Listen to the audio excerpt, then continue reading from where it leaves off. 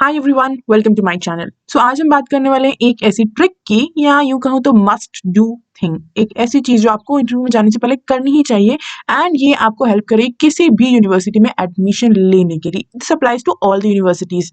जब आप इंटरव्यू के लिए जाएंगे तो ऐसा नहीं होना चाहिए, उन्हें ऐसा नहीं लगना चाहिए कोई मास्टर का बच्चा ही है जिसे रिसर्च के बारे में कुछ भी नॉलेज नहीं है, ये कोई भी टॉपिक उठा के ले आए हैं।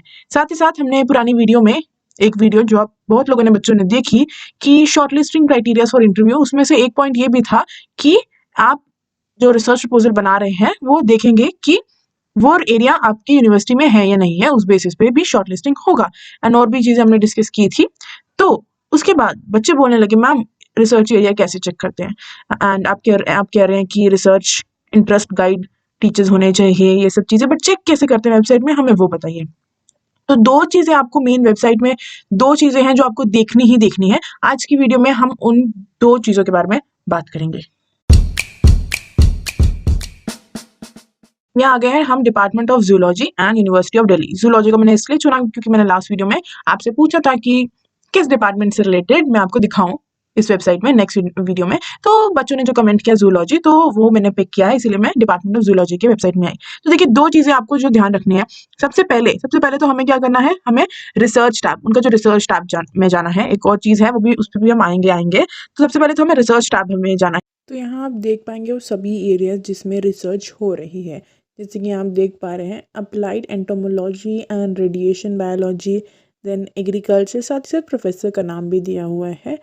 Biodegradation and bioremediation, cancer biology, chronobiology, endocrine disruption and और भी बहुत सी चीज़ें हैं जो कि not my cup of tea, इसलिए शायद मैं सही से पढ़ भी नहीं रही हूँ। तो ये चीजें मेरी समझ में नहीं आ रही है, but I can just tell you these are the areas, आप इन्हें एक बार रेफर कर लीजिएगा, ठीक है। तो इन एरियाज में यहाँ इस डिपार्टमेंट में रिसर्च हो रही है।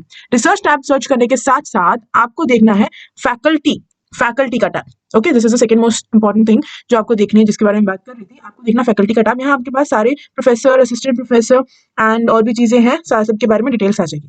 अब आपको क्या करना है, बच्चे तो बस यही देख के, बस ये नाम देख के छोड़ देते हैं and they doesn't show any interest in that. तो क्लिक कीजिए, यहाँ आपको आपको उनके बारे में शॉर्ट डिटेल मिलेगा, लेकिन हमें तो मेन है कि हमें we want to know more, we want to know in detail.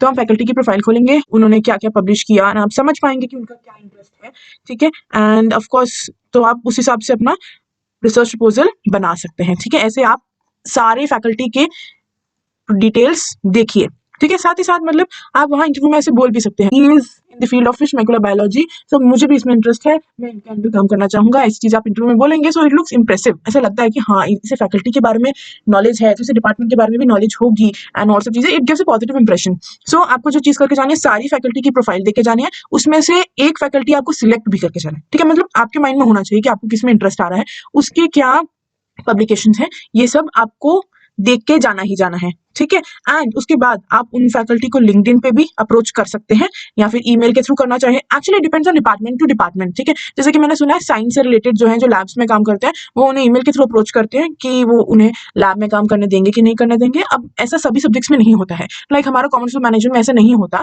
तो वहां पे तो बस इतना ही है कि we can just contact them through LinkedIn and hi hello, ऐसे ऐसे हम चीजें बातें करके उनसे ऐसे इस तरीके से हम बात कर सकते हैं। ईमेल के थ्रू ऐसे तो नहीं करते हैं, या फिर हम कभी वहां चले गए, कभी मिल लिए, इस तरीके से होता है। हमारा कोई I mean commerce and management कोई इतना ज्यादा फॉर्मल प्रोसीजर नहीं होता कि ईमेल के थ्रू हमें अलाउ करेंगे, ऐसे नहीं होता। बट जो साइंस वाले होते हैं उनका शायद ऐसे होता है, जो मैंने सुना है, but I don't know complete information about it, but ऐसा मैंने सुना है। आप किसी साइंस स्कॉलर के लिए जो लैब्स में काम करना है होता है जो प्रोसीजर, वो फॉलो कर सकते हैं, ठीक है। तो ये दो चीजें थी। अब मेरे पास कमेंट आए कॉमर्स के बच्चों का, बच्चे बोल रहे मैम आप कॉमर्स से हो तो प्लीज हमें हेल्प करो, हमें रिसर्च सेक्शन नहीं मिल रहा है। ये बात सही है, सारे डिपार्टमेंट्स जो है अपना रिसर्च सेक्शन अपडेटेड नहीं रखते हैं। सारे डिपार्टमेंट्स का रिसर्च सेक्शन में आपको नहीं मिल जाएगा। जैसे ये है डिपार्टमेंट ऑफ कॉमर्स का है न्यूज़लेटर, यहाँ आपके पास एक न्यूज़लेटर दिया हुआ है, please all of you just go through it. इसमें आपको बहुत सी चीजें पता चलेगी अबाउट द डिपार्टमेंट। यहाँ पे जर्नल्स में उन्होंने लिख दिया हमें कांटेक्ट कीजिए, मतलब they have not given the list of the journal they have published, but यहाँ पे उन्होंने कुछ और बोला है कि आप हमें कांटेक्ट कर सकते हैं, ऑल दोस डिटेल्स। तो मैंने कहा सेकंड ऑप्शन फैकल्टी।